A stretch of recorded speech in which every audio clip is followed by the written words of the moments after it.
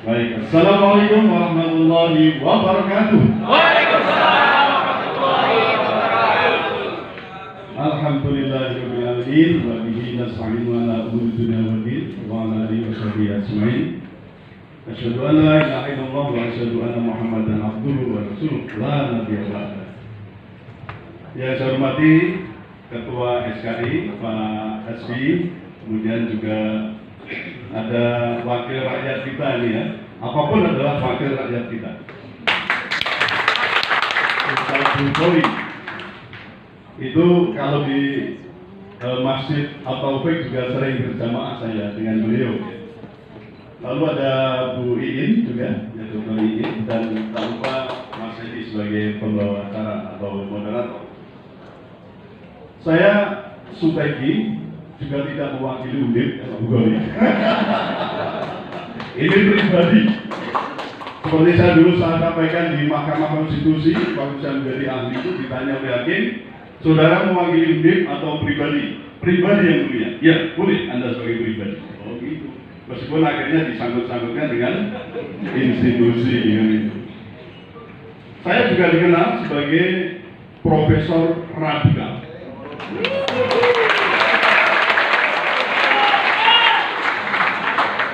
Tapi radikal saya adalah ramah, terdidik, dan berakal. Oh, betul itu. Nanti saya persilakan Anda melihat di YouTube saya. Saya profesor radikal, ramah, terdidik, dan berakal. Mestinya di samping ada tadi yang SKI sebagai agen perubahan itu ya, mempelopor perubahan, juga ada slogan radikal, SKI radikal, ramah, terdidik, dan berakal. Ya baik, saya diminta untuk bicara sedikit ya tentang kolaborasi, tentang restorasi kepemimpinan nasional ya Indonesia itu. Ada 3 hal yang perlu saya sampaikan. Mengingat ada sudah disampaikan tadi di awal oleh Pak Ketua bahwa kita right now kita tidak dalam kondisi yang baik-baik saja, tetapi kita berada dalam situasi yang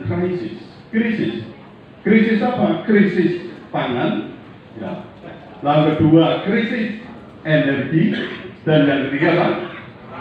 Krisis keamanan. Berarti juga termasuk persoalan hukum yang tadi disinggung oleh Dr. Iin soal Sambo ya, soal Sambo. Nah, krisis ini tidak bisa kalau ditangani dengan cara yang biasa-biasa, tapi harus ada penanganan yang sifatnya extraordinary. Dan untuk itu juga dibutuhkan apa? Pemimpin yang extraordinary. Iya, harus pemimpin yang luar biasa. Nah, pemimpin yang luar biasa, sebenarnya kita sudah punya guidance itulah ya. Taruhlah kita punya Pancasila itu, sila keempat. Saya ini ngajar Pancasila dan filsafatnya itu 24 tahun. Ngelorok. Sebelum kemudian saya diberhentikan tidak boleh mengajar Pancasila. Karena tadi radikal. Ya. Jadi di sila keempat, tadi sudah singgung sedikit. Itu soal ada kerakyatan yang dipimpin oleh hikmah kebijaksanaan.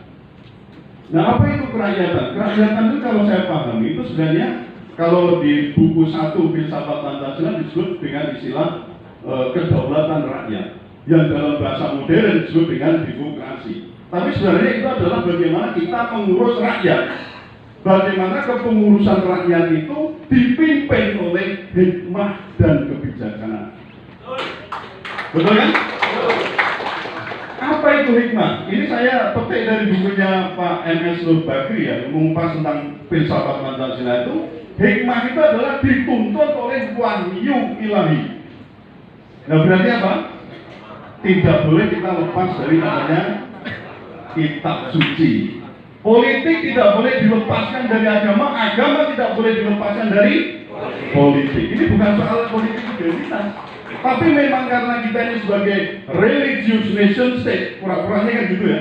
Anda bisa lihat di konstitusi dan juga pasal 29 dan juga sila keempat tadi, sila pertama ketuhanan yang maha esa. Kita ini sebenarnya notabene adalah religious nation state, sebagai negara bangsa yang religius. Jadi aneh kalau kita diminta untuk memisahkan antara agama dan politik. Itu lucu banget. Harus kita kaitkan, artinya apa? Kita membuat hukum, membuat ketentuan di Indonesia ini pun mesti salah satu sumbernya adalah wahyu ilahi. Itu hikmah, jadi harus dipimpin oleh namanya wahyu ilahi. Itu. Kemudian yang kedua, kebijaksanaan. Kebijaksanaan itu apa? Persoalan penggunaan rohyu. Kalau tadi wahyu, ini juga di dalam benar rohyu. Yaitu apa? Bijaksana itu adalah suatu putusan yang didasarkan dalam pertimbangan yang menyeluruh. Tadi Mbak ini nyebutnya, wah ini harus 36 derajat, 360 derajat. 360 derajat berarti pemikiran yang holistik, menyeluruh. Jadi apa? Pakai akal sehat, bukan ponga. Begitu ya, begitu ya. Tidak boleh ponga pongo gitu ya. Jadi itu hikmah kebijaksanaan. Itu yang pertama. Kemudian persoalan mencari karakteristik pemimpin yang macam mana. Saya punya 9 resep karakter pemimpin yang tadi. Sebenarnya hikmah kebijaksanaan itu intinya. Yang pertama adalah timbul tenggelam bersama rakyat. Wah, betul kan? Ini kalau saya lihat ini kayaknya dulu juga pernah timbul tenggelam. Ini wajah-wajah kecewa. Di sini ada Pak Timbul. Termasuk saya ini, saya juga kecewa ya. Presiden Pak Rewangi gitu ya, saya ngomong sama Nyonya itu, Nek kamu nanti nggak ikut aku untuk memilih ini, kamu pulang aja ke rumah orang tua. Tiba-tiba ambiar, gitu. Ambiar, lorong-lorongnya ambiar. Sekarang tidak timbul tenggelam bersama rakyat, tapi timbul tenggelam bersama penguasa dan pengusaha. Peng-peng, namanya oli. Iya, itu yang jadi masalah ya. Jadi saya pun juga kecewa seperti Anda. Benar nggak nih? Lupa jangan ya. Tapi nggak apa-apa lah, kita kecewakan sedikit kecewa, tapi insya Allah nanti terobati. Lalu yang kedua, menjaga marwah negara dengan membangun kekuatan yang strategis. Apa? Ya di bidang ekonomi, di bidang politik, di bidang hukum, sosial keamanan. Ya kita tadi Bu ini sudah berikan contoh. Ini mana ya? Yang kira-kira bisa betul-betul membangun daerahnya itu menuju ke kemajuan yang juga baik. Itu sebenarnya apa?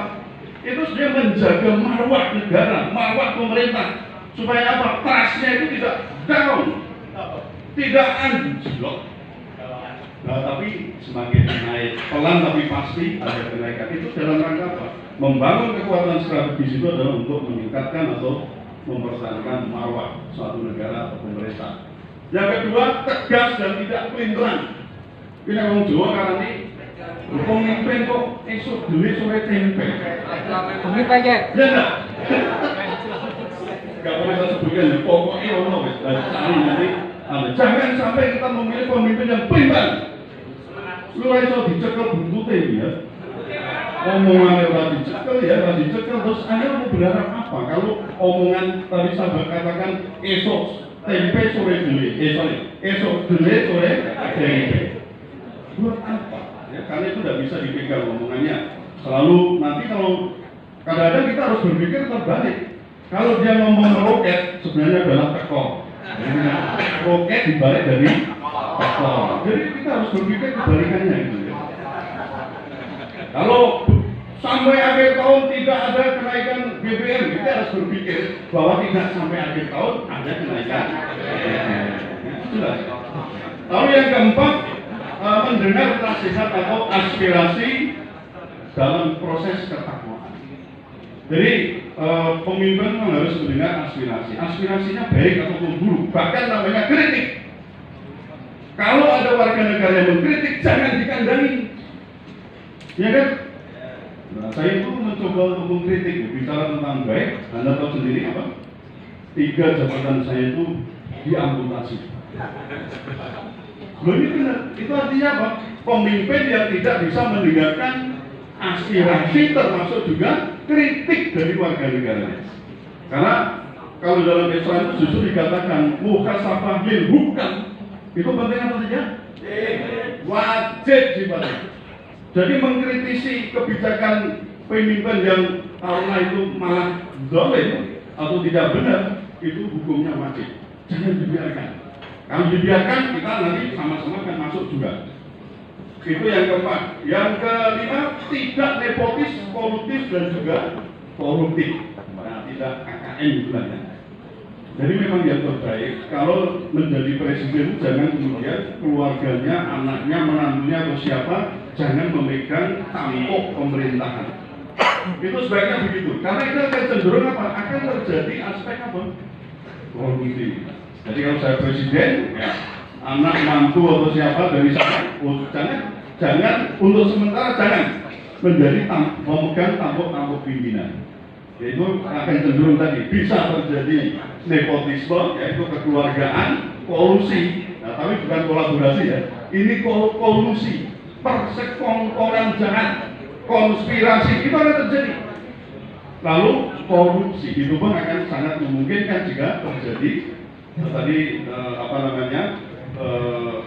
kedekatan seseorang atau mungkin karena hubungan atas bawahan dan sebagainya itu. Lalu yang keenam, taat pada hukum dan hakim. Saudara sekalian, kita tentu tahu ya, proses penegakan hukum di negara kita itu juga tidak baik-baik saja.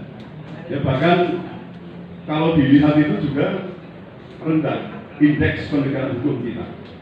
Kenapa bisa terjadi demikian? Sementara sistem sudah dibangun. Nah, ini persoalan apa? Kembali kepada persoalan obedience.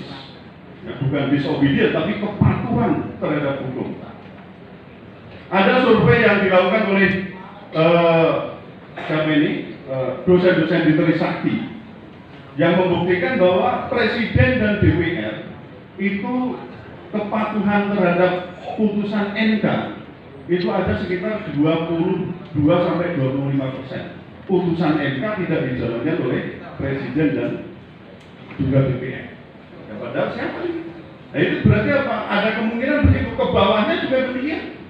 Tidak taat pada hukum tapi lebih taat pada komando misalnya. Itu juga tidak boleh. Padahal apa? Kita tahu bahwa ini negara adalah negara hukum, bukan negara kekuasaan.